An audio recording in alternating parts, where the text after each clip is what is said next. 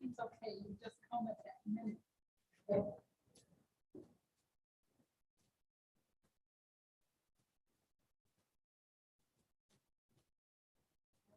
Nobody, not me.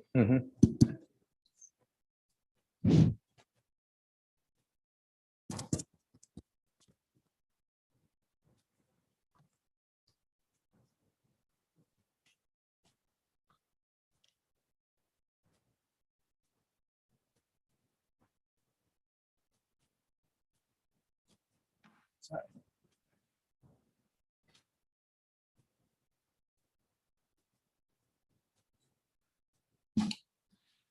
4 o'clock, I'd like to call the meeting of the Isabella County Board of Commissioners work session to order. Stand for the pledge, please.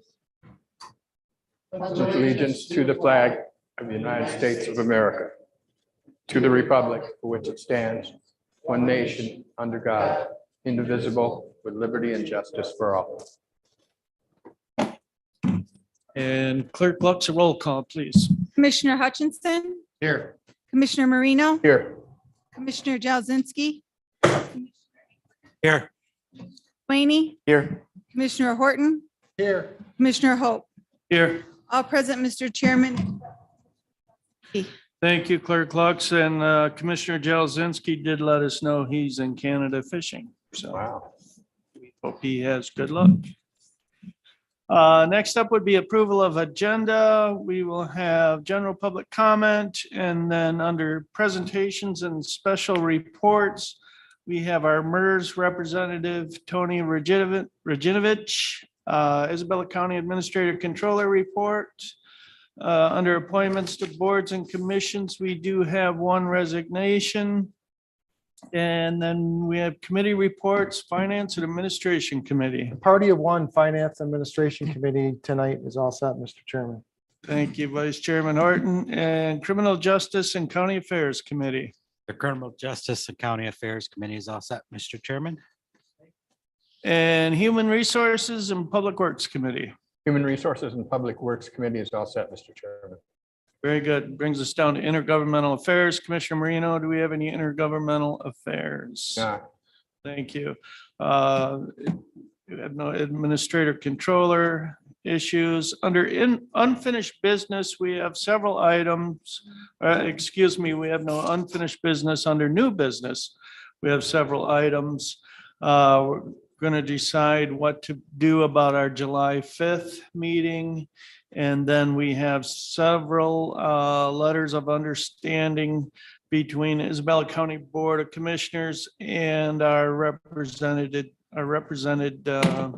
bargaining units, 5 of them. So then there will be another opportunity for general public comment at the end, and then announcements and adjournment. So is there a motion to approve the agenda? So moved. Support Swaney. Moved and supported. All those in favor say aye. Aye. Thank you. Brings us down to general public comment. Do we have anyone for general public comment?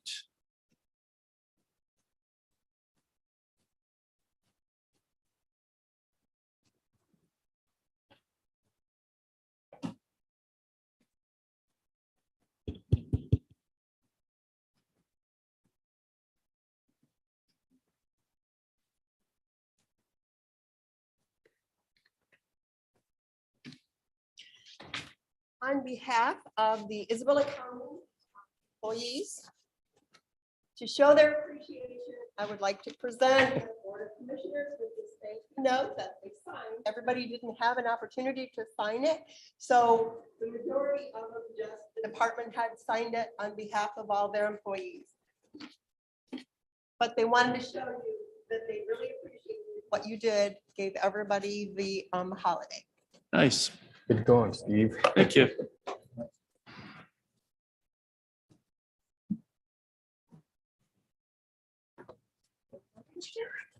We needed a photo op. Pardon me? Need a photo op. Yeah.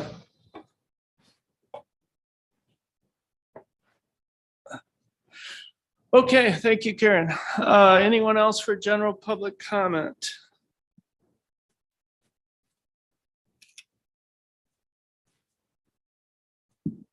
Hearing and seeing none, we will move along to presentations and special reports. Our MERS Regional Manager, Tony Rajanovich. Tony, it's all yours. Good afternoon, Commissioners. I'd like to thank you for inviting me to today's meeting, and also good afternoon to the staff of Isabella County. I was asked to join in today's work session to discuss mostly the defined benefit pension plan that the county still has for its members. All those plans have been closed to new hires. New hires are in the defined contribution plan, but we are still going through and funding the current actives in those defined benefit plans, as well as some former vested members and retirees. And we'll get into those numbers in a little bit. And the report that we're using, I believe all of you have a copy of that. Is that correct? Yes. So the purpose of this report, as you'll see on page 2, is to measure funding progress as of December 31st, 2021. It establishes the contribution requirements for the fiscal year beginning October 1, 2023. It provides information regarding the identification of and assessment of risk, provides GASB statement information, and it provides information to assist the local units of government with state reporting requirements of Public Act 202. It has other information in there, but those are the main 5 purposes of this report. Before I get into this detail and go through this, I would like to know what it is that the board wants to understand. Do we have a couple comments or questions that you're looking to have answered? I know I spoke with Nicole about a couple different things, but I'd like to give the commissioners an opportunity to ask me a question if they have any. Chairman Horton. Yes, Sally, Jim Horton, County Commissioner, District 4. I guess my question, the overrooting question, there's a lot of data here and we don't have 3 to 4 hours to go over this. Because Commissioner Swaney over here would not approve of that if I asked if I wanted to go into that. But no, in all seriousness, I think what I'd like to do is try to, as we did several years ago, just make sure that understanding that we want to get this debt paid off as rapidly as we can, yet maintain fiscal responsibility and maintain the ability to incur other expenses as we go along. Because this is obviously, to date, I believe the largest ongoing debt the county has.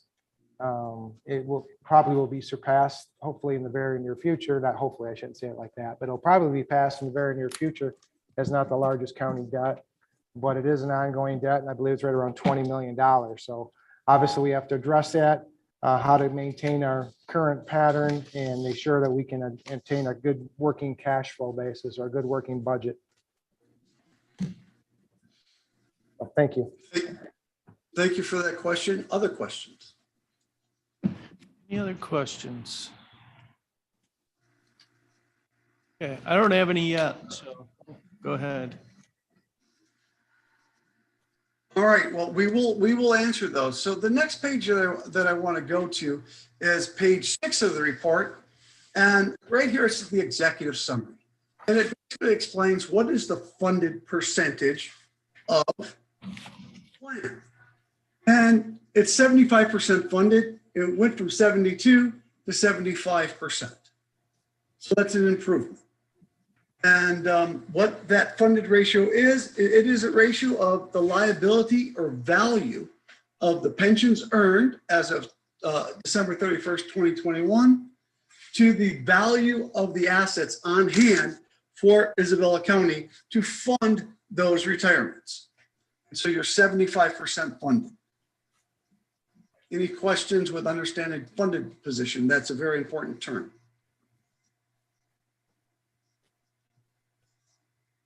Thank you.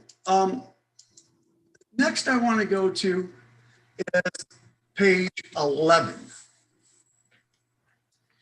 On page 11, this is a 6-year projection of what the required contributions are going to be, what your liabilities are going to be, what your assets are expected to be, and what your funded percentage would be if all assumptions are met. So to Commissioner Horton's question.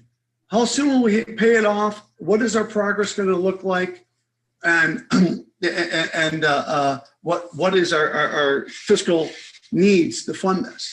So as we look into this, we're using our new discounted rate of 7%. And then we throw in there what happens if over the long term it's 6% or if the long term it's 5%. Currently we are ahead of 7%, but that's what we're using. And you can see that. And so your fiscal year beginning 2023, 75% funded. It shows that your liabilities are about 77.8 million, assets of 58.6 million. Your required contribution, including those requirements associated with the medical care facility, because they're included on this report, is 2.9 million in 1 year. And you can see that 2.9 million peaks somewhere in fiscal year 2026. And then the costs start to go down, all the while your funded position continues to go up. So by 2028 in this short projection, you see that you'll be 86% funded and you'll have a $2.35 million annual contribution to fund the plan. This is if all assumptions are met. Any questions on this short projection? I have a question. What determines the percentage? I mean, you said that it might change to 6 or, it might be something different. What goes into making that up, please? So when we have to figure out our long-term rate of return. So along with our actuarial consultant from Gabriel Roeder Smith, our internal investment team, we have to determine what is best long-term rate of return to fund your assets to what the expected rate of return on those assets are going to be. While we do this, because you're a mature plan, like most of the plans in MERS, we want to protect your assets first and then participate in the markets when they do well. So in 2022, markets aren't doing so well, but MERS is we're protected against the losses. Our losses are not nearly as high as what you've seen in the S&P 500 or the Dow Jones. When in 2001, when returns were quite high, MERS did a 14.3, so we participate in the up market, but we protect mostly from the downside because the dollars that you have, we don't want to lose those dollars. We do want to make money on them. So we have a very conservative 7% long-term rate of return. No other pension systems are lower than ours. We've lowered that from the previous year, 7.35. When we started at 7.35, at that time of our board electing it, the average across the nation was 7.5. Now the average across the nation is 7%. And so we're trying to be in the average with the best practices of the long-term rates of return. And that's so that we can protect those dollars that you already have. You have almost $1 million on account. Yes, sir. How current is this present data that you did this report on? I know. As I said earlier, this is from all data sent to us as of 12/31/2021. The data that we have are all of the employees, all of the retirees, all of the vested former members, what their salaries and final average compensations were or are, and how many years of service they have, what benefit plans you've provided to them. And that helps us calculate the liability. And then the assets are the dollars that you have sent in and how they have grown over the years. And then you'll see how much you pay out. You pay out a tremendous amount every year to your retirees, and we'll get to that soon. But this data is from December 31st, 2021. How do you foresee the current with the inflation and the interest rates affect this? Will this, I know it's to get your magic ball out is nobody likes to predict on that, but it's a question I usually ask a lot of people. is, what are your forecasters foreseeing? They feel comfortable with the 7% long-term rate of return at this time. They have gone through and understand that inflation was coming. They understood that a downturn was coming. They didn't know when, they didn't know what was going to cause it, but they had planned for it. We were overweight in cash so that during this time when many stocks are on sale because of the downturn market, they had the opportunity to buy. So because of our very diverse market, we are able to withstand what's going on. We have a fair amount of commodity-based investments, which are inflation sensitive, meaning we make money when inflation goes up on those commodities. So that fully diversified portfolio was set up to handle things like this. So like we said, we participate on the high side, but we strive to protect the assets first. Thank you. The next page, this is that graph that table, that spreadsheet that we just saw, where the funded position is going to be. So if you look over here, somewhere around 2035, 2036, on page 12, as that dark blue line goes, we're going to be approximately 100% funded at the county.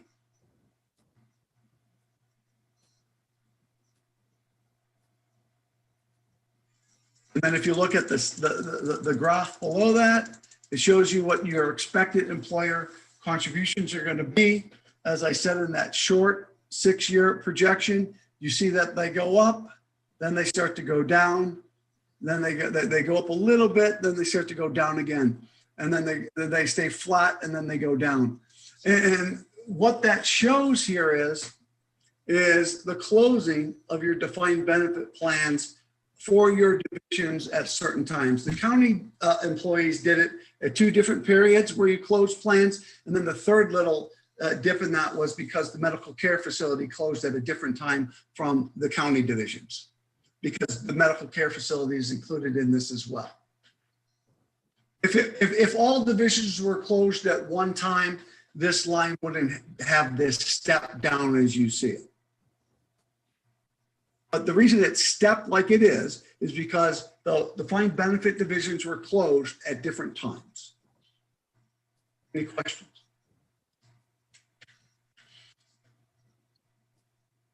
So moving on, the table 1 on page 13 tells you what your required contributions are. If you look at it, nothing is as a percentage of payroll because all divisions are closed. So it's a flat dollar amount, as you see in the second half of that table. If these plans were open plans, you could see that what the employer contribution rate would be a total normal cost. The plans that you have they vary from being as high as 16.5% of payroll to 7.97 in the medical care facility. And you can see that most of your divisions have member contributions. Not all, but most.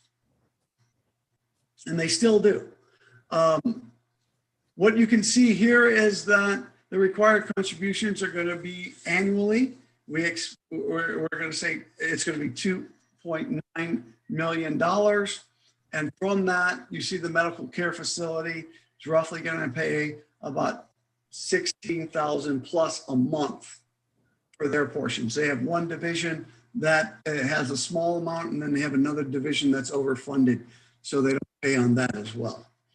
And so that's what the expected contributions are by division, and then overall by the county. Starting in table 15, we just talk about the benefit plans that you have. If you're interested in that, let me know. We can review what those components are. Is anyone interested in the benefit provisions that you have on the closed defined benefit plans? Seeing none, I'm moving on. Table 3 on page 18. This is important because it tells you how many people are supported by the pension system in the county. And when you go over to page 19, we have it totaled up for you. They're in bold. And you can see that there are currently 390 employees or former employees, retirees that are being supported by this pension plan. And there are 19 individuals that had participated in the defined benefit plan, but are not yet eligible because they haven't vested. Now, they could vest through Act 88 or MERS to MERS time if they got hired somewhere else in the state of Michigan that would allow them to use their years of service with Isabella County to meet vesting. However, they would only earn a pension for the years that they served at Isabella County. But what you really see, the big number here is that you're paying out 246 retirees. And if it was a 12-month period here, that all 246 in a 12-month period, it'd be $4.3 million paid out in that 12-month period. So there's a lot of money going out of the system every single year to pay those retirees. So when we think about how you're going to move forward and improve funded position, it's really important to understand that. And we see that on page 21, table 5. We show you what your required contributions were.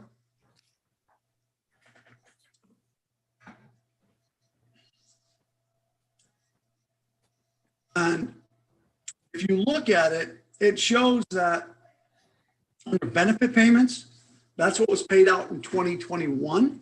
We expect it to be higher this year. And if you look at investment income, you paid $8.7 million on your assets. Your system is dependent upon asset gains to keep moving in funded position. Because your required contributions are $2.9 million, you're going to see that if we pay out $4.3 million and we didn't make any money, you're going to go backwards from 75% funded. Because this is a typical mature system. So that's why we want to, as I said earlier, protect the assets that you have on hand, because they need to make money. And that's why we're with that lower 7% long-term rate of return. Any questions on this one, on table 5? I see none. On table 6, which is your page 22, it shows you which divisions. This is a divisional representation of your funded position. I said you're overall 75% funded. You can see, whereas that division 41 at the end is 424% funded. They have an overfunding credit. You see that the division 4 is 96% funded, and then division 40 is 86. So that's your medical care facility. You see what the liabilities are. The medical care facility has about, I don't know, $1.7 million in unfunded accrued liability. And then the rest, about 18 or 17 and a half, is with the county. But your lowest funded division is your sergeants at 55%.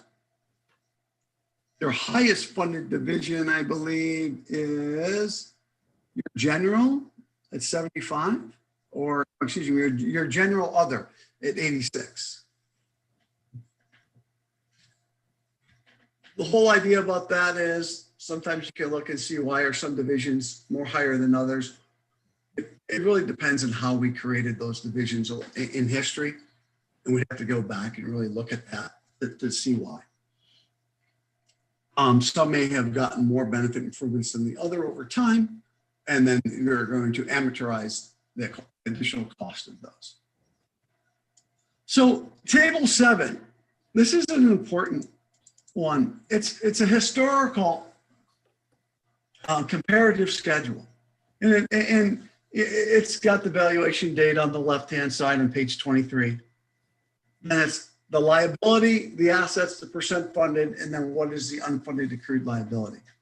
And you see that on this table, your unfunded accrued liability went from 2007 to a little over 9 million to 19 million. And then you look over at assets. Assets have grown 30 million, and liabilities have grown like 39 million. So you started out in 2007 at 76% funded. You're currently now at 75% funded. Really what this shows you is on this scale, if you really look at it, is liabilities grew faster than assets. So did assets grow fast enough? Our long-term rate of return is over 9%. So MERS assets grew quite higher than we expected them to ever grow. Our assumed rate of return back in 2007 was 8%. We changed it in 2014 to 7.75%. We changed it again in 2019 to 7.35, and now with dedicated gains, it was brought down to 7% in 2021. When we reduce the long-term rate of return, that causes liabilities to go up. The number one reason in this table that you see liabilities growing faster than assets is we became more conservative. When that is, we dropped our assumed rate of return, which means if we drop that, the only way to pay for that additional liability or those pensions that are going out because the assets are going to do less work is more employer contributions.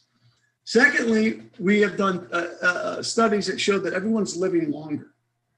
And because they're living longer, there's more liability. And there's a couple other things. But the number one reason why you see this is that we went from liabilities have grown faster than assets. The other thing here is going, well, you know, what happened, you know, after the crash of 2008, 2009, markets seemed to do pretty well. We had a couple hiccups in 15, again in 18, but mostly we did pretty good. Well, on this graph, these are actuarial values of assets. And in 2008, that $30.4 million was overstated by 39% because of smoothing. We had a 10-year smoothing. And we recognized the loss of 2008 for 12 years. That allowed all of our employers to pay the minimum required contribution and slowly make up all of those assets that were lost in 2008. MERS lost at about 25% in 2008. S&P 500 lost about 50%. So, like I said, we protected on the downside because that was the greatest economic crisis of our lives. The next closest was probably the Great Recession, or Great Depression. And so that's why this table looks like you guys been treading water, because we didn't force any of our municipalities to fund the losses of 2008 in 1 year. It was actually spread out over 12. And we changed assumptions inside those years, which then added more liability as well. And that's why we're here where we are today. But your defined benefit plan today is more conservative than it was in 2008. Questions?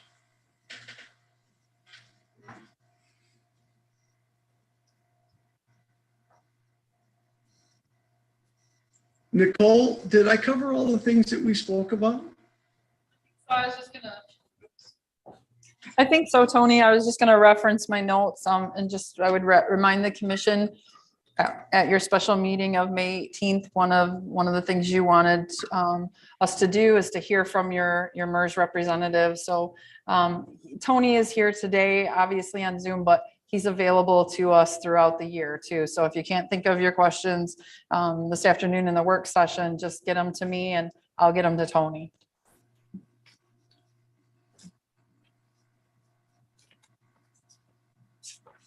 That's good. You have anything else for us, Tony? No, I'm just here for your questions. This is the other pages of this report are divisional. So if you want to dive into any one division, we could do that. And then all the way on the back for the auditors or the accountants in the room, they got to figure out where to find the GASB information. That would be on page 42 and 40. And then It spoke about the risk. Those discussions of risk are on page 52. And for those that have to comply with Public Act 202, that is on page 54.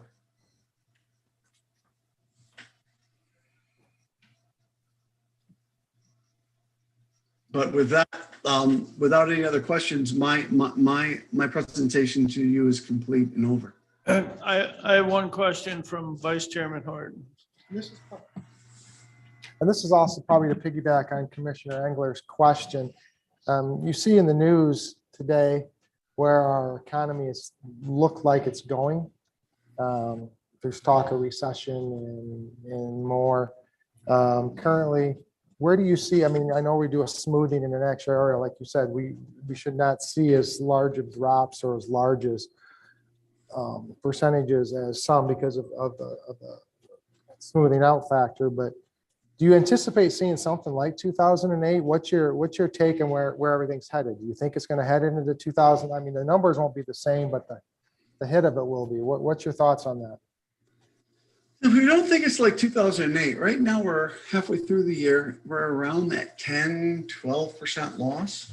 I don't know exactly what the numbers are. I haven't heard an update from the CEO in 3 or 4 weeks.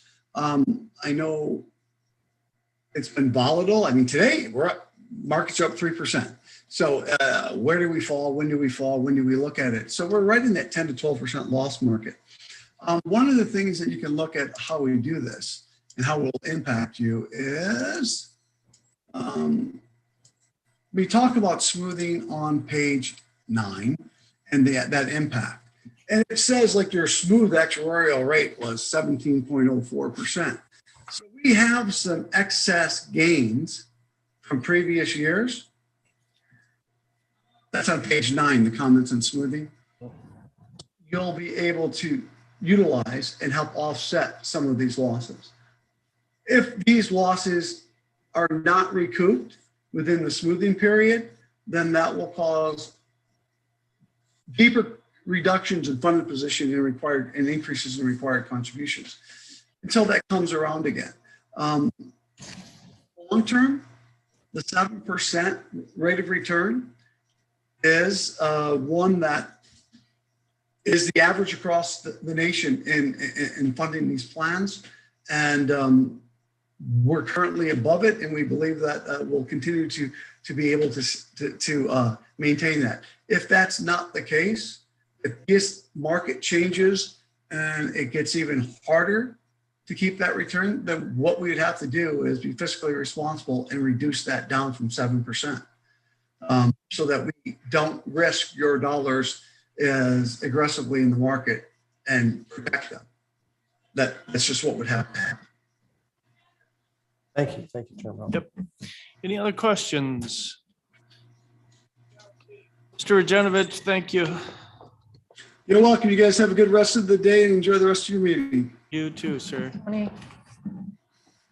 Okay, that brings us down to Isabella County Administrator Controller Report. Excellent. Okay, thank you, gentlemen.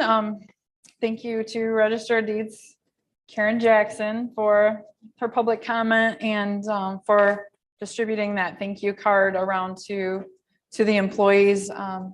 Obviously, that Wednesday after the meeting, my day would have been very different had the vote gone differently. So I think feedback from all the employees really that I've gotten is that they're extremely happy to see the board treating groups with fairness.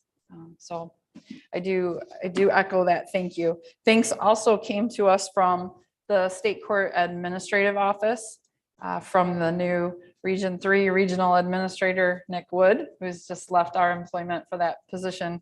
And he wanted to thank the board also for your swift action. As you can imagine, across the state, county boards took up the issue in very different ways, but you guys were at the forefront and we'll be rolling out hopefully the LOUs with the other collective bargaining agreements today. So since the last meeting, you you may, commissioners also have been, that night, I think Sheriff alerted the board that he'd be sending out a message about his fuel budget and how future responses may be handled in non-emergency situations. And I'm really proud of the sheriff for making that attempt to get out in front of it with the community and out of every good intention. And I think we all know where that led to. And I want to thank the commissioners for maintaining that consistent message. That was important to do. And no one got starstruck and went on went on the spotlight. So thank you. That helped the message, I think, across the board, especially when things went national for some reason. I want to thank Morning Sun and TV5. They did actually circle back after last Tuesday's finance meeting when the budget amendment came out that we've added, and we'll go through that here in a bit. But we've added money into the fuel budget through that budget amendment. Morning Sun and TV5 both did circle back to kind of close the loop on that story. So I think that's very commendable on their part. So thank you. If you noticed at the county admin building has a little facelift. The doors of the county admin building were recently repainted. This was needed because the signs that we so diligently kept on those doors for the last few years, and the tape and the sun and the time, it really served to do its damage. So with that facelift, at least at the county admin building, you'll notice that the mask signs are also down. Now the signs didn't say you needed one, right? They're recommended.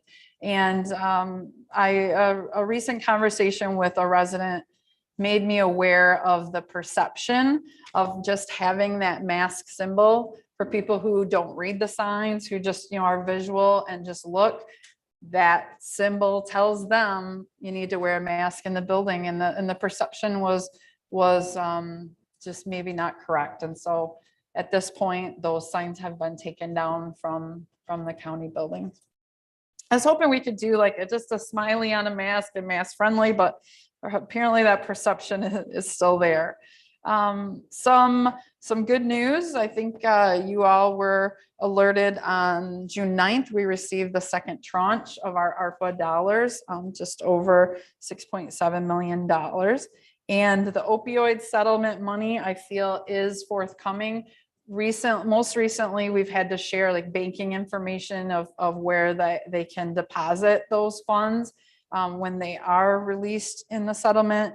And we also had to verify some documentation, the retainer agreement with legal counsel and just documents that we've supplied. So verifying those, and I think we're getting close to some movement there. So that's good. So that's kind of what's been happening. I know with my report with you guys, I always try to focus on what's next or what's coming. Been meeting, as you're probably aware, with the departments and elected officials, department heads and electeds monthly. And some of the things that we've been talking about are the PTO payouts. I've let them know that I'm not recommending an extra payout in December. It's not something that was budgeted for or discussed. And I felt with enough notice, getting that out there, then no one would be anticipating that, right? That's important. And that PTO payout discussion with department heads and electeds has kind of evolved into, what would the general consensus of the employee group want? We're even thinking about maybe bringing, there was a recommendation, what if we brought the PTO payouts and the COLA increase back to October 1st? If you think about it, our COLAs don't happen until January. Our budgets are October through September. And, so it is a little savings in our general fund budget, if you will, to not give those COLAs until January.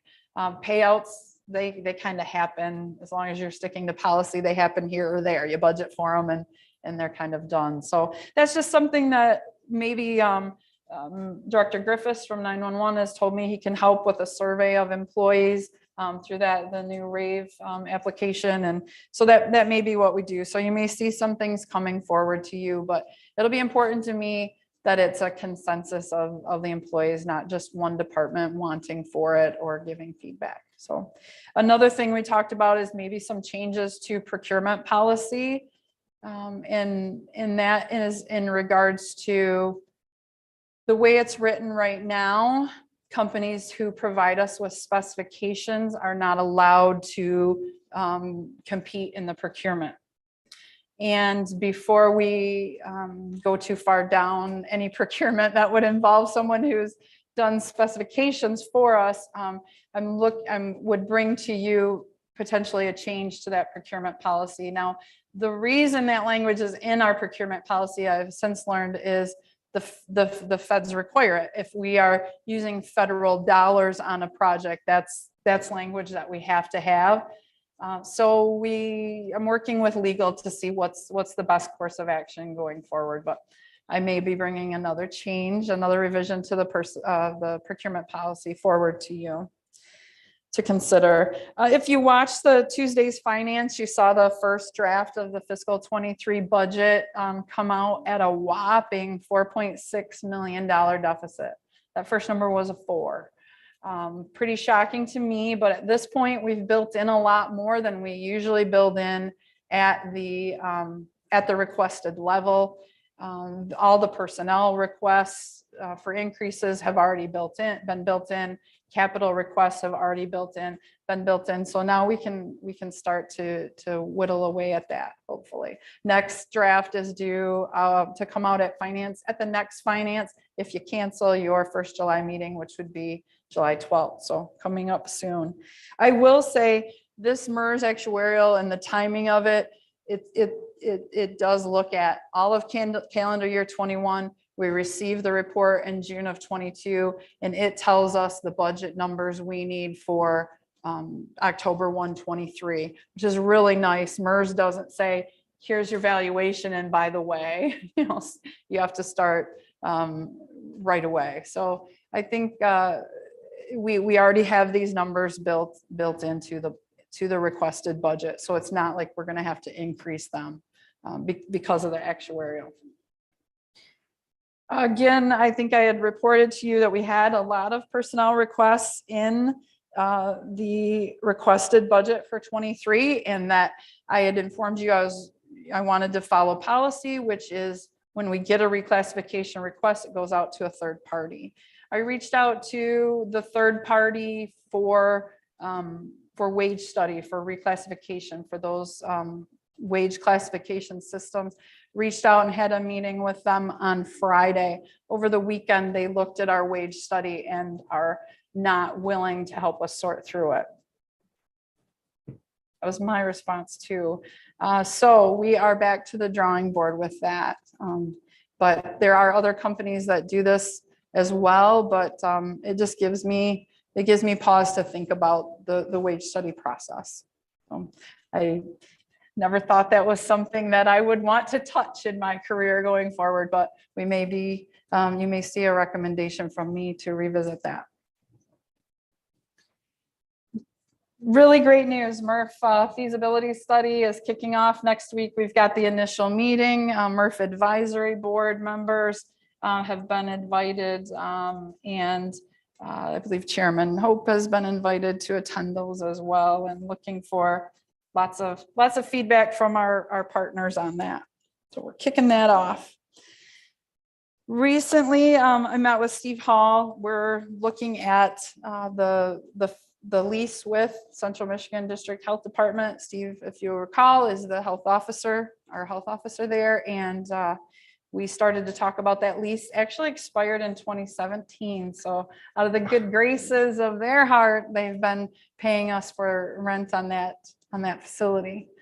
So we will be looking to renegotiate that. Obviously, that will come to you when it is negotiated. Several of you have been involved in a few meetings. We are trying to get several events on the books. One being leadership luncheon in cooperation with City and Union, City of Mount Pleasant and Charter Township of Union. We also have folks from Central Michigan University and the Saginaw Chippewa Indian Tribe of Michigan join us. That was going to be this Friday. We've had to cancel that due to low RSVPs, a low number of them for the event. So we're going to look at something in the fall. So we'll get some more dates thrown out soon. The other was the E. coli ad hoc committee. Poor Jessica has put in so much work to schedule these things, and we're just having conflicts with folks' schedules. So back to the drawing board on that one as well. Those of you involved with that, watch your emails. And then also out of the special meeting that you had May 18th, the board special meeting was a conversation about a possible public safety millage, right? That's where the conversation started, and we are trying to get a meeting scheduled of, I believe at this point, it would just be from the board chairman, vice chairman, and Commissioner Jalazinski. So basically chairman and the finance committee at that initial meeting, just to kind of to look at direction from here, right? Just to kind of further that conversation. We all knew it was, the conversation needed to start soon. And so this is just a meeting to get that conversation started. So I just wanted you all to know that's going on. One thing that hasn't been going on, but I've been here in this position almost 6 months now. It's I think we've made a lot of forward progress in a lot of ways. And one thing that I've been reluctant on is Michelle and I and Miss Mindy Lux, our county clerk, will be working on the Board of Commissioners and Room 320 audio visual RFP to get that out hopefully soon.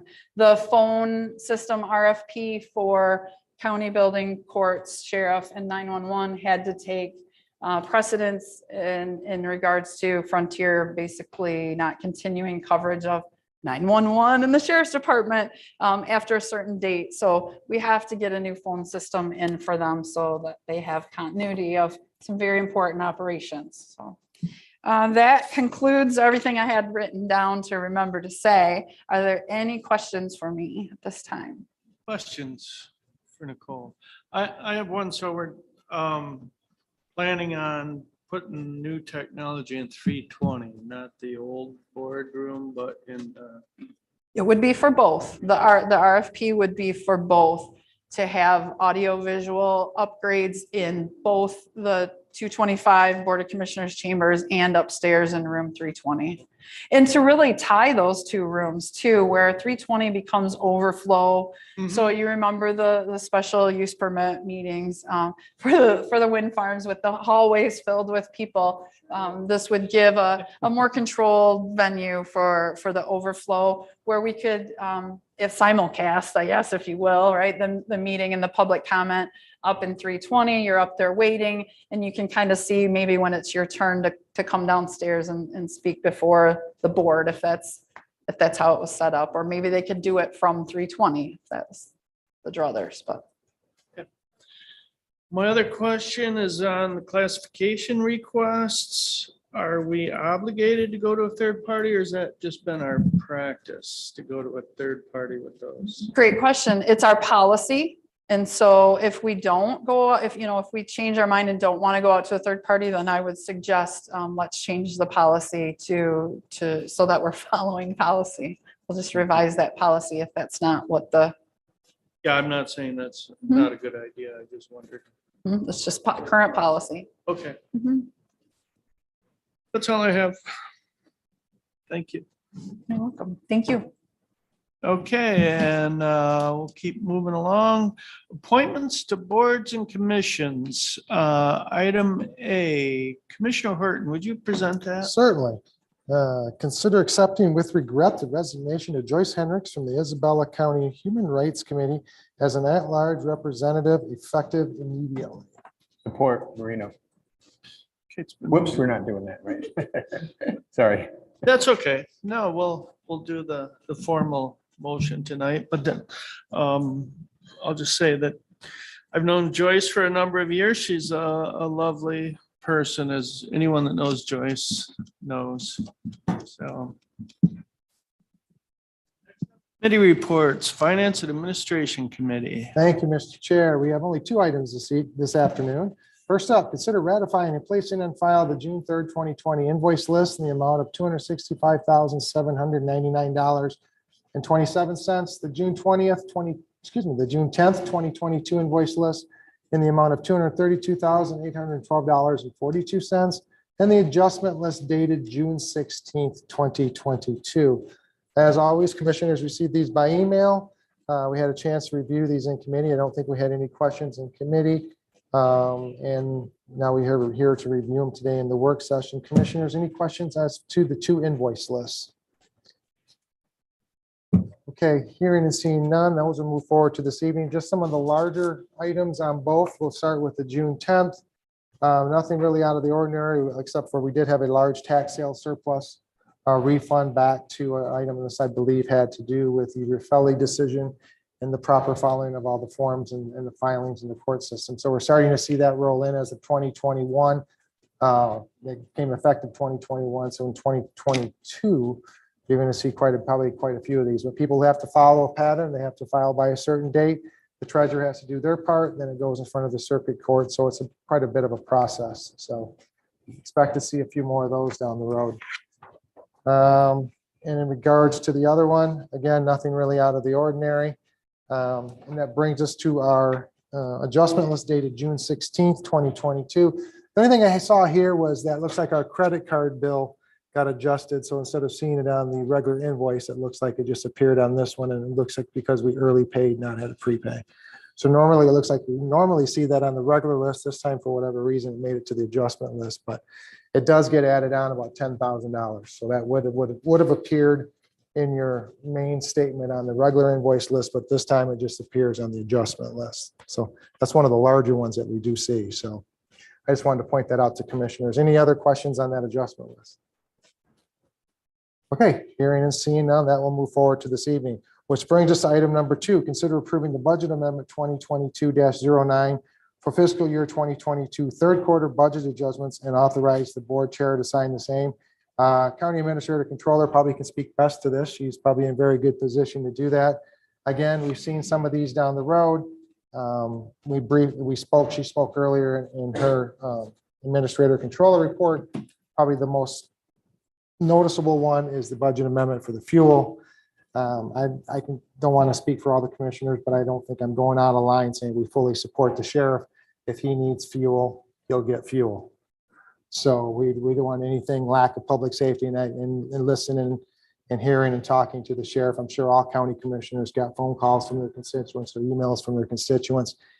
Again, I have complete faith in Mike May. He is not going to do something to put the public safety at rest or not at risk, not at rest, but at risk.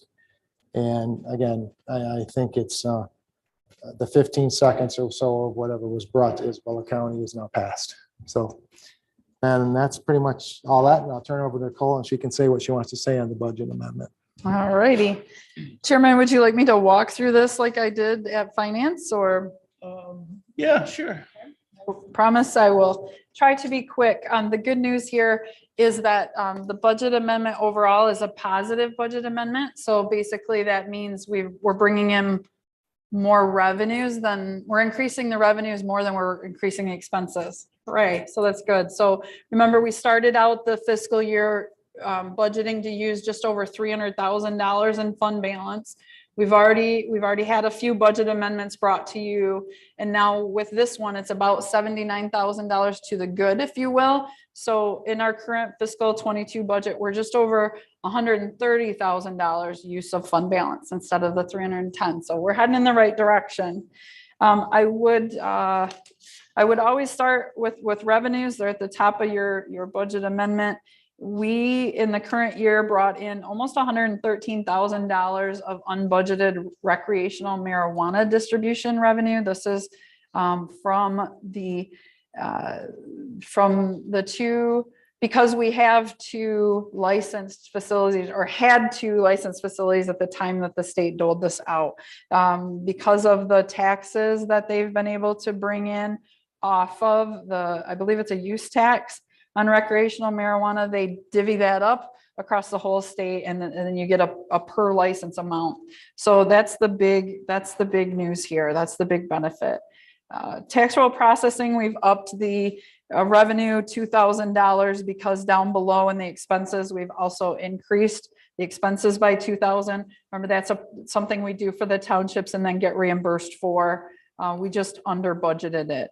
I'm glad to see your Register of Deeds, Karen Jackson, in the audience tonight, because she is responsible for this next revenue going up, up, up. The real estate transfer tax, we're already over budget by 53, just over 53,000 in the current year.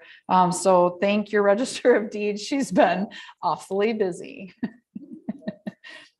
Been awfully busy. Dog licenses in the treasurer's office, also very busy ever since the switch for putting animal control under the guise of the sheriff's office. It seems that folks would prefer to get their dog license from the treasurer's office. We've seen just a tremendous. Now, remember in the last budget amendment, we reduced the sheriff's office revenue or animal control revenue by 15,000 because we saw that they weren't selling those licenses, and we increased the treasurer's office about 1,500. So this is just kind of right sizing what's going on there. Federal inmate transport revenue is up almost $4,500.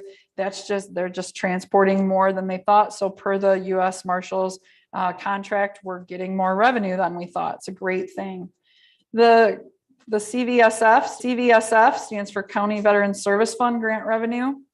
Remember when Ian Welch, Veterans Affairs Director, came to you and he talked about other counties not using their County Veteran Service Fund grant, and it kind of money goes back into the pool. So this is our share of that extra. We'll take it, we'll utilize it and for our veterans. And so you'll see a corresponding expenditure down below, the same amount. We're just bringing in more revenue, expending the same amount. Down below in the expenditure lines, you'll see the first line item expenditure is advertising in the admin department, and we're actually decreasing that. The way the budget was set up in the beginning, remember, background checks were all through admin, advertising for open positions was all through administration, and we weren't doling those out appropriately to departments. So because that was a function of admin and now it's out to the departments, we felt it was important to reduce that expense that won't be there in admin and feed that into the other expense lines. You can see we're increasing the clerk's advertising budget, Register of Deeds, and treasurer. And we will do so throughout the year as they need that as well. Other expenditures down below, we're just in PA's office, we're adding money for PTO payouts. Someone unexpectedly left employment, so we didn't have budgeted for that. In facilities, you see where it starts out, DTE County Building, that's our natural gas. And one of our accountants, Melissa Franquist, had noticed the gas bills climbing, and she investigated and found that a few years ago we had switched over to a different natural gas supplier. Right? Maybe you've done this at your homes. They allow for that, and they'll get you to switch over. DTE still sells us the gas, but this is who supplies the gas to DTE. You get to decide that. And so sometimes when you switch, it's because they have great rates. And then of course, once you switch, they start to hike up the rates without your knowledge. So this was going on, and she's righted that now. We are back with DTE as a supplier. And so hopefully that will help going forward on those natural gas bills, but we are building in $12,000 to finish out the fiscal year and make us whole in those lines. Facilities, we're also bumping up ground maintenance and snow removal at some of our facilities. I do want to say that Facilities Director Steve Shoemaker is really taking this seriously. He treats the county money like his own, and he's starting to develop relationship with the DPW folks at the city of Mount Pleasant. Maybe they can help in snow removal. So if they could, so when we put an RFP out for snow removal, we say, hey, we need you to have a big loader truck to remove our snow. Now we're hoping maybe if we can do something in cooperation with the city, maybe this will open it up for more bidders to be able to bid on our parking lots. Right now we have just, two vendors that do that for us. So maybe that's a way to spread the wealth. In the meantime, we're adding more money into those. And the same for those court building costs, DTE, building repair and maintenance at the courthouse. We are building in 12,000 additional dollars because Steve Shoemaker has identified some corroded sprinkler heads in the building, and he's replacing those because quite like the sheriff's fuel budget, that's what you do. We will move the monies in there. Sheriff's had also reported to you when he was here last time that they're transitioning to some new uniforms. I do have him or some of his staff coming in the future to kind of show you a preview of those, but we are building more money into his budget, not only to help with the uniform transition, but also there's $20,000 for oil and gas. Maybe that's not anticipated to get us through the rest of the year, but we can come back to this.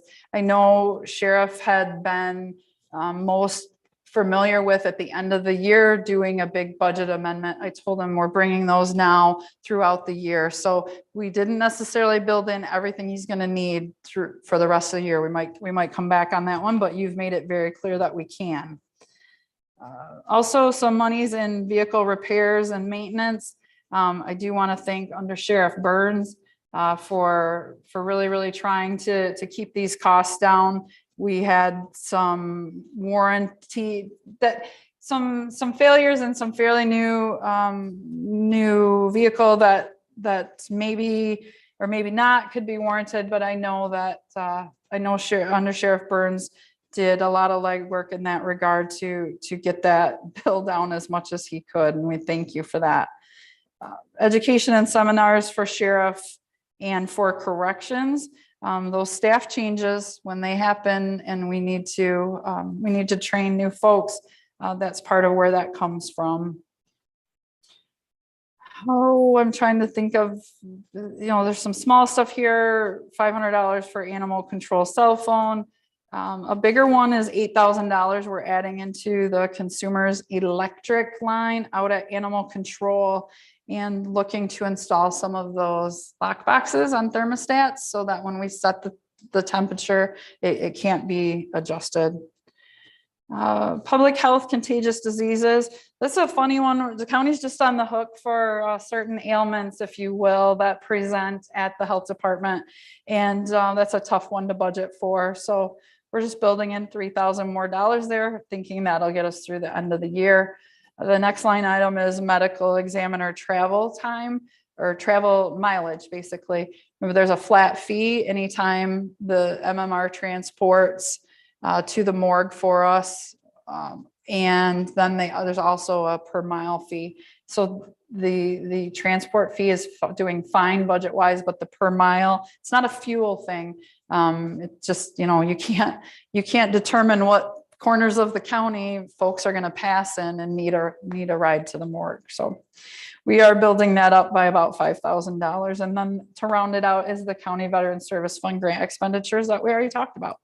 So that was my attempt at being brief at that. Are there any questions about what's moving? Is there more to the animal control consumers?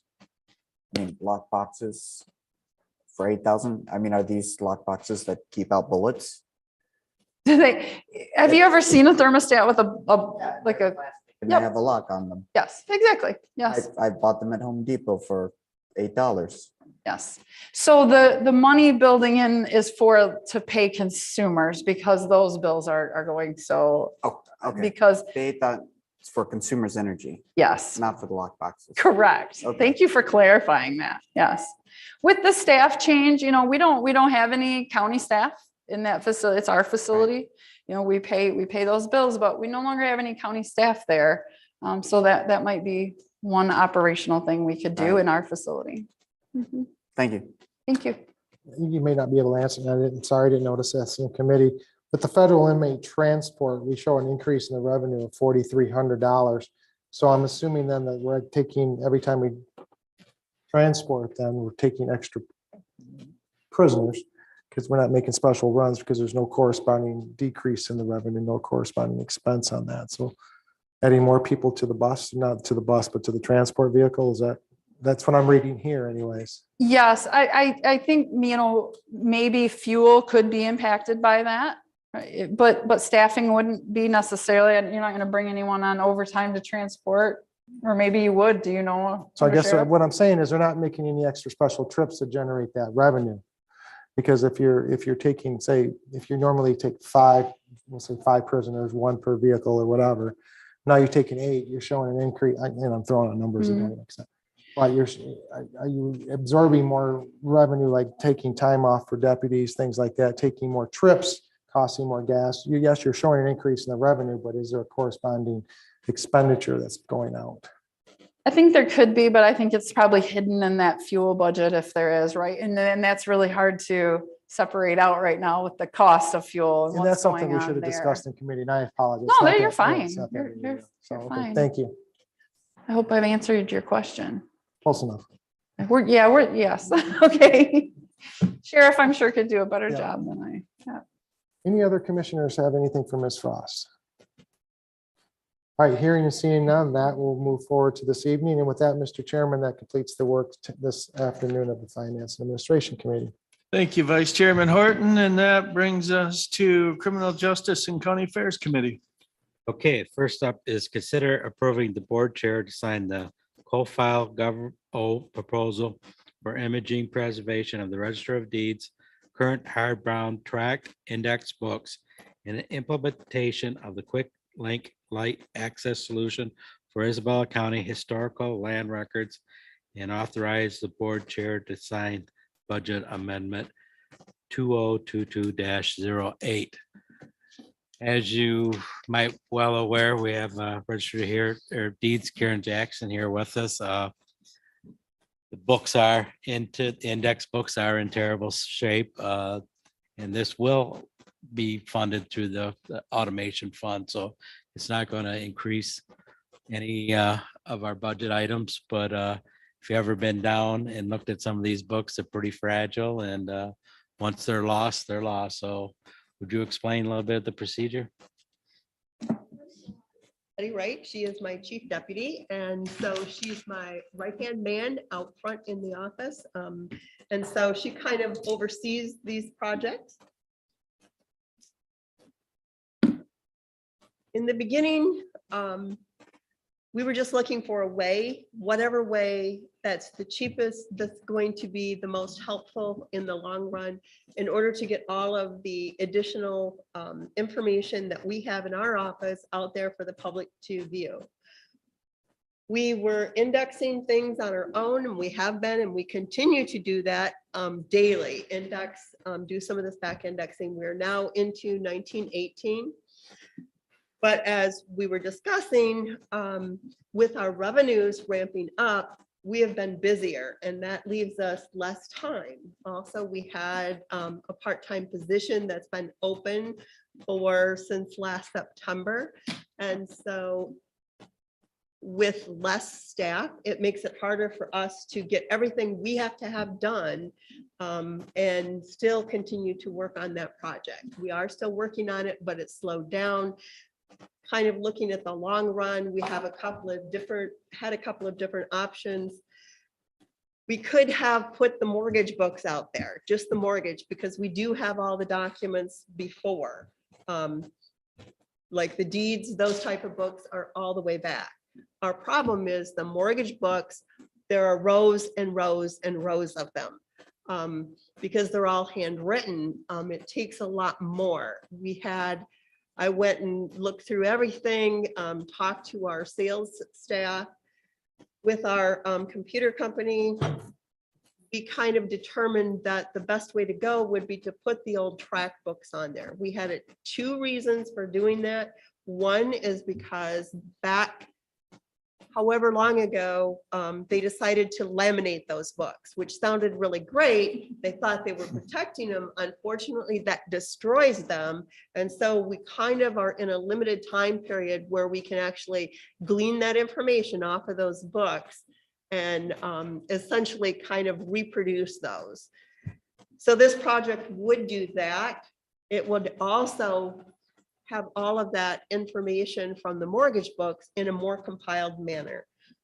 Isabella County had, I don't know at what point they started doing the tract books, but all of our tract books are typed. So it didn't start way back in the 1800s. At some point, somebody realized the future and knew that there was money to be made with these tract index books. We're not required to keep them by statute. It's an additional way of searching. Title companies love it, especially like the oil and gas companies. A lot of them just love those tract books because they can find everything they need in a shorter amount of time. They still have to read through all of those documents. And so they're looking for something that'll shorten their time spent in our office. And now mostly it's online. They're able to do that. But with this tract book being what they call a blind tract, we don't have, everything isn't written out. It's not considered a complete tract book. It's a listing of libraries and pages. But because it's condensed, that means that we only have 6 books that we're paying for. And so it's a huge savings to us, because if we were looking at all the mortgage books and trying to bring that information to everyone, it was going to cost us several $1,000s just for the books themselves, let alone for putting those out there with the quick links, because it's a per book type situation. And so this kind of condensed us gives us that same information, allows someone who's online to search those tract books without coming into our office, and then they can still get their copies, whatever it is that they need, from the search line. I think we are one of the first counties that has everything all the way back. That's not something that I started. My predecessor, Sharon Brown, started that with tribal grants back in the day. We have continued to build on that. And so that has been a great asset that we already had some of that information there so that we could continue to build on it. And each time we did something, part of my consideration was, you guys probably get tired of hearing this, but we do not have a vault. We have a book room. Are we supposed to have a vault? Yes. I guess I am a realist type person. Is it feasible for the county of Isabella to spend hundreds of thousands of dollars to build us a vault to keep these books? Well, it would be a great idea, but what's the next best way? The next best way is to secure all of that information. And that's why I've been bringing the types of projects that I have, because like when we went and imaged all of those old mortgage books, that was because of faulty sprinkler in the vault that I happened to see was all corroded, and they're right over the books. Those books get wet, they're gone. And like Frank indicated, gone is gone. It doesn't, there's not a way to fix that. We don't want the county to have that kind of liability, because it does bring with it a huge liability to the county if we lose that information. And so that's part of the reason why I chose to do the project in this manner. Does anybody have any questions? I don't really have a question. I just have a comment. Since, well, it's about 16 months ago, I've acquired a whole new fascination with Karen's World.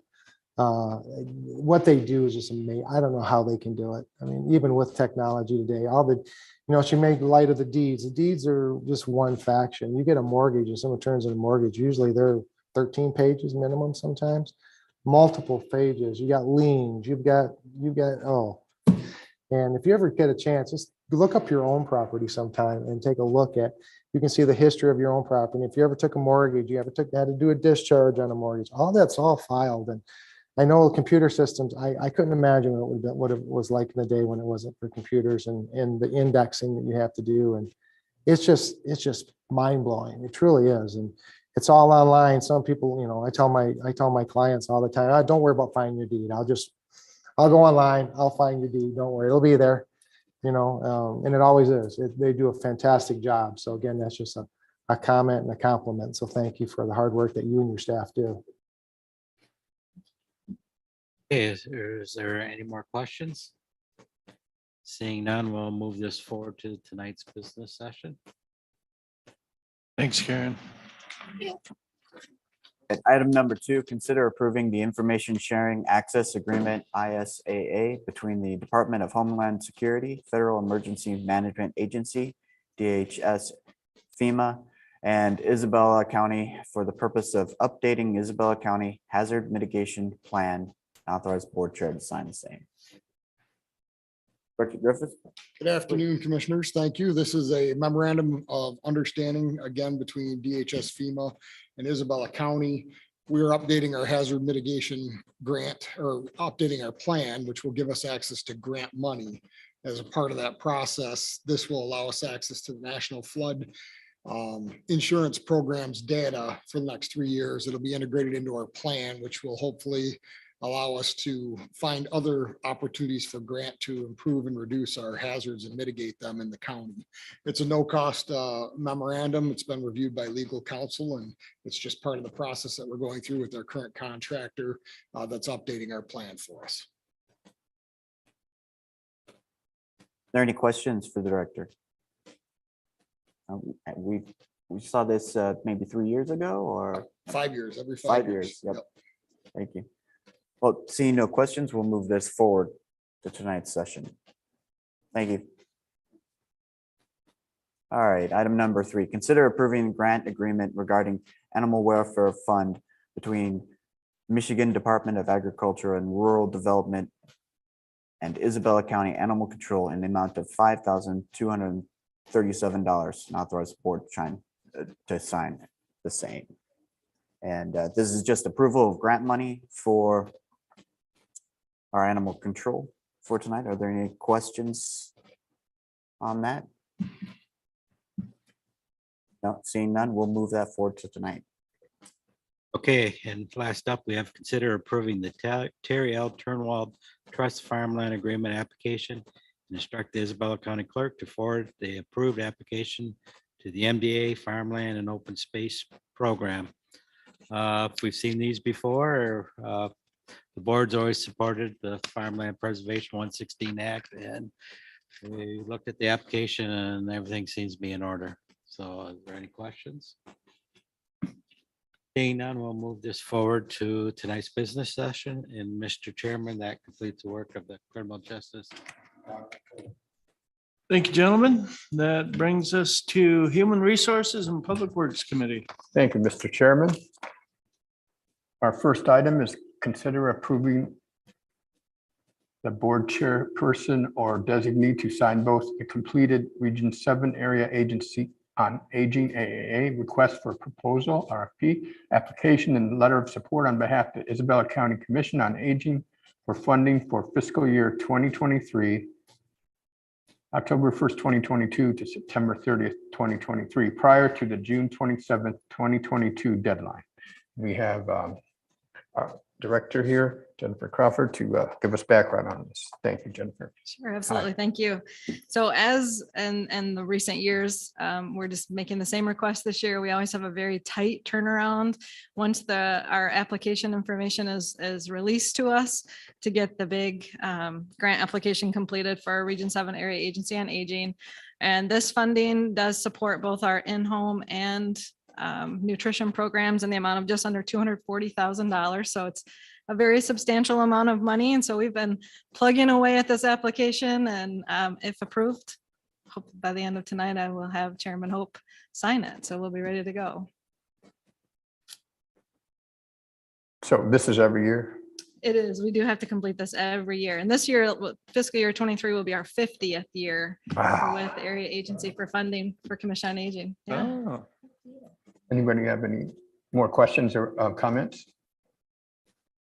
Seeing and hearing none, we'll bring this to tonight. Thank you.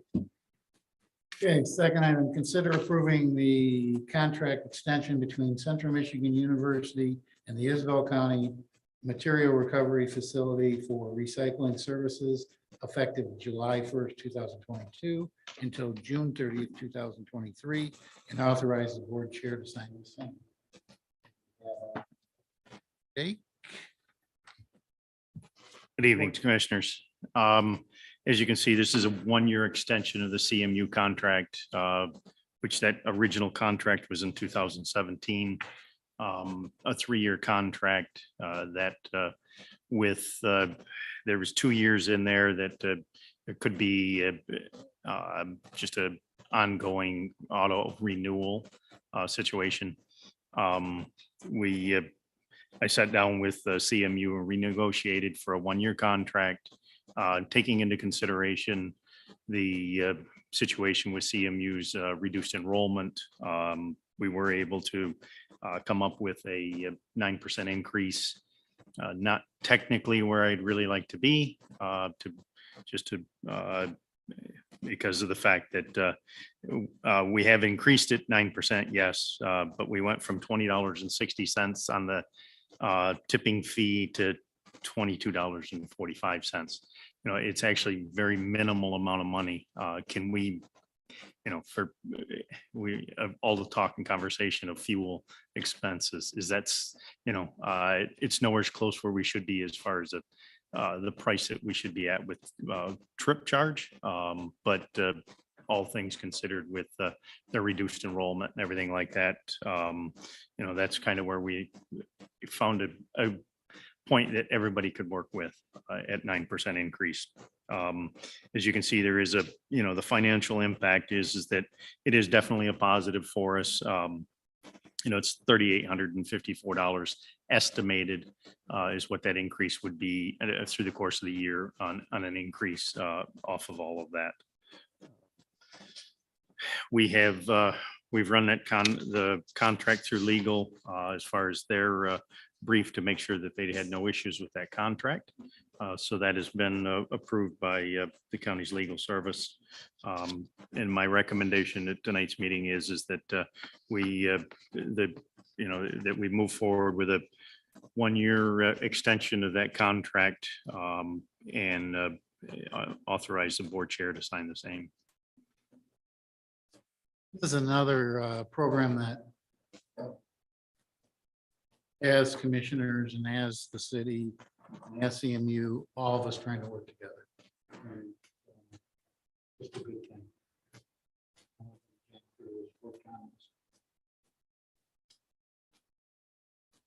Just, you opened the door on this one, so I'm going to ask the question. You commented on the tipping fee of 22.45 cents, $22.45 tipping fee, and $32.70 trip fee. And my impression of your statement was you felt those were, while fair, they're a little low. What would you consider if you're sitting at a negotiating table, let's say a year from now? What would you consider to be a better fees? I think, to be honest, and the biggest reason that I make that statement is that we are charging the major haulers bringing material into the facility $60 a ton on a processing fee. Okay, which you guys approved that processing fee here approximately 2 years ago. That is something that we may need to be looking at again to the possibilities of increases. So I think as far as processing or that tipping fee, as it's called in this contract, I think we need to be close to that, to be honest. CMU technically is, yes, they are a very, very tight partner with the county and the city and everything else. But I think we should be closer to that to be able to be reasonable as far as a tipping fee. Trip charge, that's just a matter of we have to do the math on what it costs us to be able to run not only the maintenance on a vehicle, but also the fuel cost, the employee cost, all of that needs to be factored in. And when you really look at where we're at with that, $32.70, I think is probably somewhere in the area of half or three quarters of the way of where we should be. So I think that we should be able to see some kind of an increase in that, sitting down to do some negotiations a year from now. but also have to take into consideration CMU's enrollment and any issues that they may have financially as well. So, like I said, it is a partnership. I think we all feel that working together on that is definitely something that we should look at. Obviously, I understand where my budget is, and I understand what my ask out of the general fund is. I take all of that extremely seriously and know that, I need to get closer to where we should be level. This, as to part of that, we've actually had 3 months out of this year that we're in the black rather than in the red. So I think at this point right now, we're setting at 192,000 and something in the black as it stands for this year right now. So, we're definitely getting closer to where we should be. Commodity prices have been tremendous for us this year. I tell Nicole every time we have a meeting once a month that I wished I could send out semi full of milk jugs every day, considering that that semi load of milk jugs runs somewhere between $13,000 and $17,000 for a semi going out of the facility. In comparison to even as low as short time ago as a year where we were at $7,000 or $8,000 for that semi load. Commodity prices, when it comes to the plastic side, every one of us hates to fill up our vehicle. I cringe when I'm doing it, but also on the other side, I'm sitting there with a big smile on my face, knowing that with commodity oil prices up, my plastic commodity prices are up. So I hope that answered your question. Yes, it did, and thank you for that. I have just one more just to maybe round it all to scale maybe. You list here the total tip and trip fees generated from CMU total 42,821, and with an increase would be of 9% would be 46,000. What is your overall trip and tip fees overall, not just CMU? What percentage of that CMU total is in your overall? Is it? I believe it's a small percentage. Is that not correct? No, it is a very small percentage. Yes. I don't have the exact number right now off the top of my head, Commissioner. But it is a small percentage of that. Right, where I'm kind of going with that. We're not really picking on CMU, but at the same time, to be fair, especially when you got to go out and negotiate with the other carriers, I'm sure they're going to be looking at that going, and that's going to be arguing whether they're such small scale and they support, but it's going to be an interesting thing for this board of commissioners to address next year, probably, I would think. Well, I think that's something that has to be in consideration for sure, Commissioner. But also when you sit down at the table with, when it comes to somebody like CMU, one of the biggest things that I personally keep in mind is that I'm dealing with another public entity, not a private entity. And I think there is definitely differences in that negotiation style when it comes to public and private. So, I definitely consider all of that. And it's like everything, there is differences when there's tax base involved rather than it being a private business. Thank you. Very good answer. Thank you. Thank you.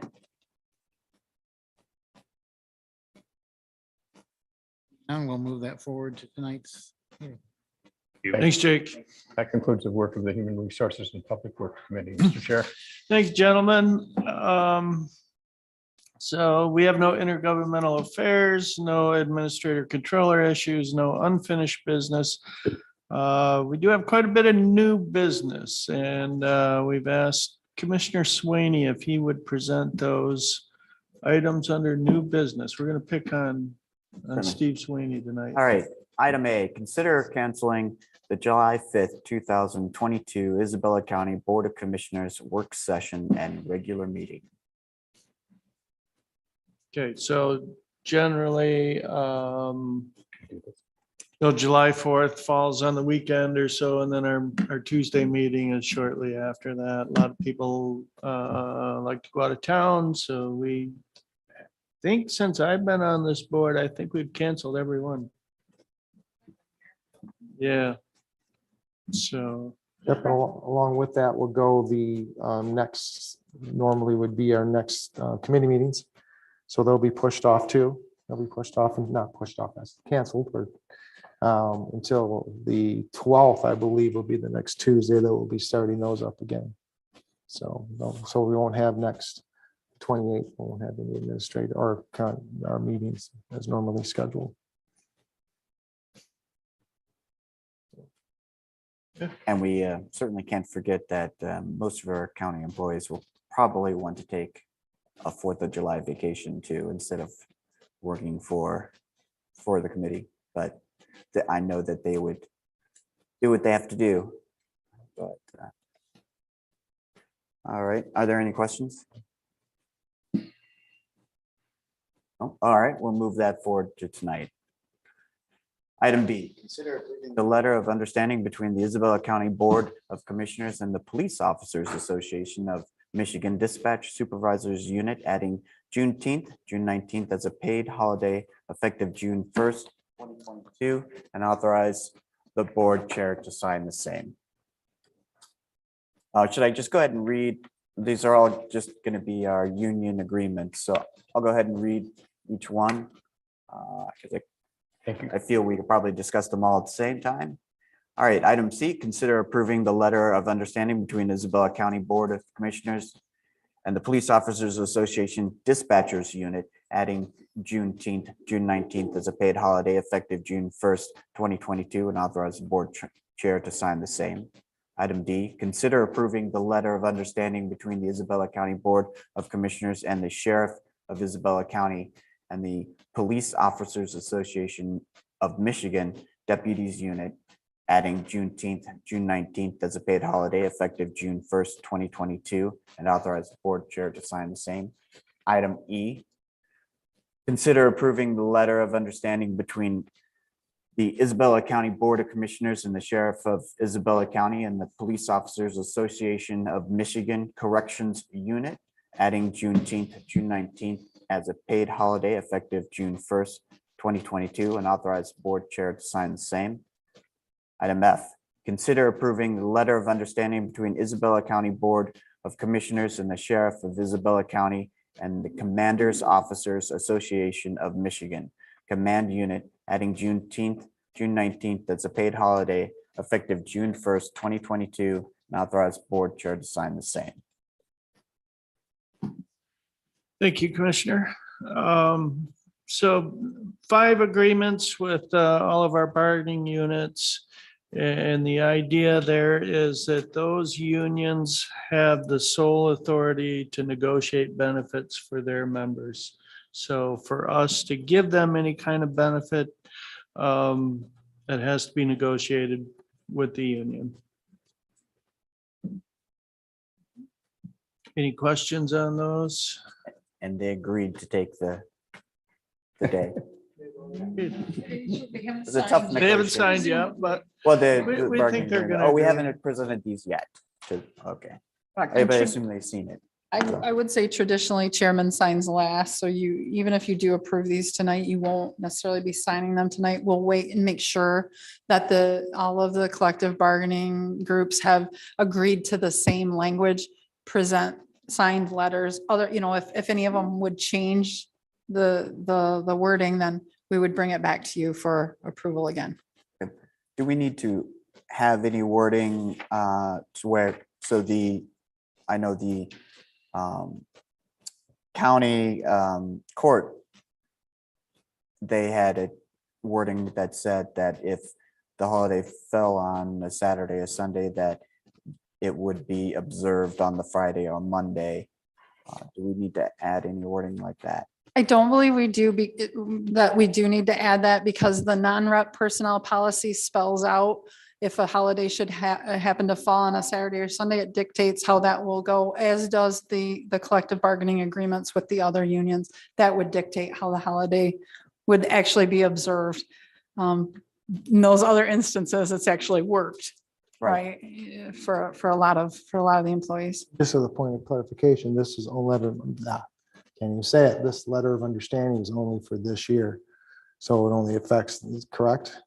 No, it adds it as a Okay, all right. It adds it as a paid holiday. period. So it goes into the list of paid holidays that we Yes. normally have. It's not just effective this year, it's 2022 and beyond for Yeah. the negotiating contract. That is correct. Because the courts, because of the federal, they're gonna have it every year, so it's the same thing that we're talking, we treat everybody the same, so the courts will automatically have it without, or with or without this agreement, so. That's an important clarification, though. It is, we are adding this to the list of holidays that we'll use from this year forward. Yeah, great question. Now, will that also affect the non-union employees? Because the last vote was that just for this year for the non-union employees? So will that then carry on for the next, what's it, a 3-year contract? Well, I can say this board annually approves the list of holidays for the non-rep groups. So I think that, this board would have the ability to change that on an annual basis for the non-rep groups at that time. Okay, but right now, this puts it in for the next, is it 2 more years contractually? Where's these contracts run through? I thought it was a 3-year agreement, wasn't it, last year? I can't remember, but. So, I feel like it's through so the 2023. board then next year will have to address the Juneteenth question. Actually, And with all the holidays, right? Right. Everything's back on the Right. table at that well, for point. them, but for the contract here, it's not, you're putting this into the holidays. So, again, it's just point of clarification is all. It doesn't, that's for another discussion for another day. So I'm putting myself to rest. Any other discussion on that? Seeing none, we will move forward to general public comment. Is there anyone for general public comment?